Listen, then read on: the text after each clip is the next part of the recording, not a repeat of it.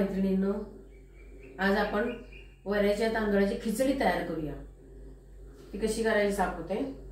शेंगदाण्याचं कूट, आमसुलं, मिरच्या 4 आणि वऱ्याचे तांदूळ 3दा धुवून घेतलेले आहेत आणि जिऱ्याची फोडणी द्यायची तुपाची आणि मीठ।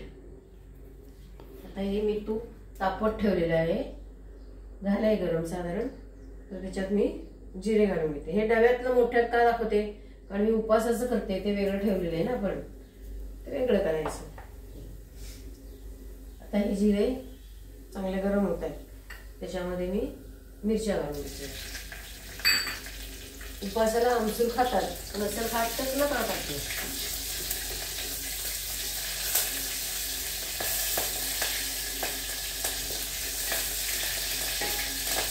आता त्याच्यात मिरची चांगली गरम झालेली तडतडायला लागली की त्याच्यात भिजलेले वऱ्याचे तांदूळ टाकून घेतले। 1 वाटी तांदूळ आहे, त्याला 3 वाटी पाणी टाकायचं आणि वऱ्याचे तांदूळ सैलसर करायचे असतात, नेहमीच्या भातासारखे घट्ट करायचे नाही, तर ते खाल्ले जातात चांगले। आता हे तुपात चांगले परतून घ्यायचे,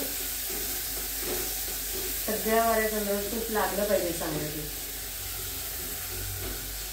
आता त्याच्यामध्ये मी हे आमसूल घालते।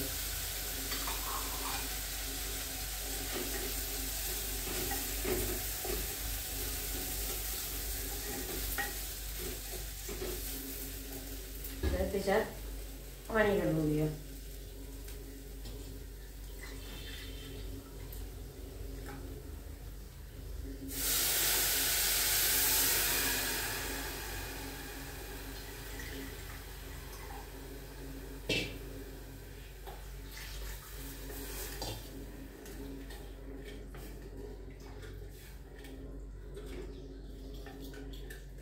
ह्याच्यात मीठ घालते, चवीप्रमाणे तुमच्या पद्धतीने मीठ चवीप्रमाणे घालून घ्या।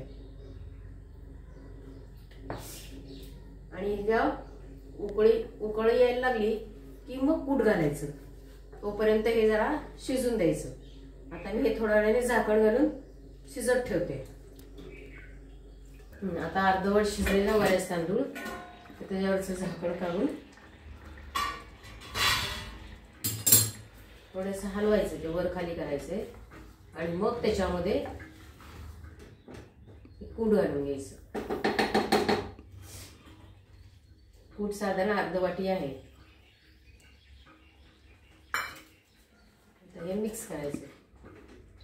हे परत शिजतं ना शेंगदाण्याचं कूट त्याच्यामध्ये, त्यात सगळं त्याचा अर्क उतरतो छानपैकी।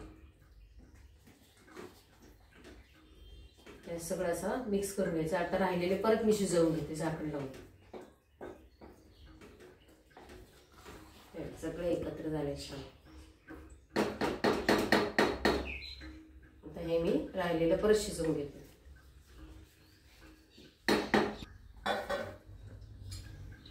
शिजलंय का बघूया। आता गॅस घालवते याचा, आपण शिजले का बघूया छानपैकी।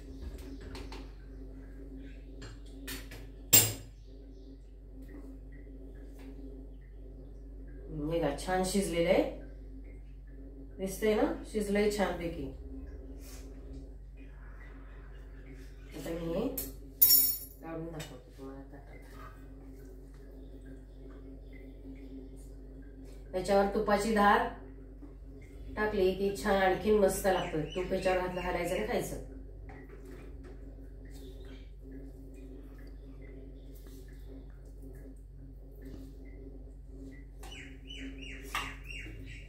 अशा पद्धतीने हे वऱ्याचे तांदूळ उपवासाचे आहेत। शेअर, लाईक आणि सबस्क्राईब करा।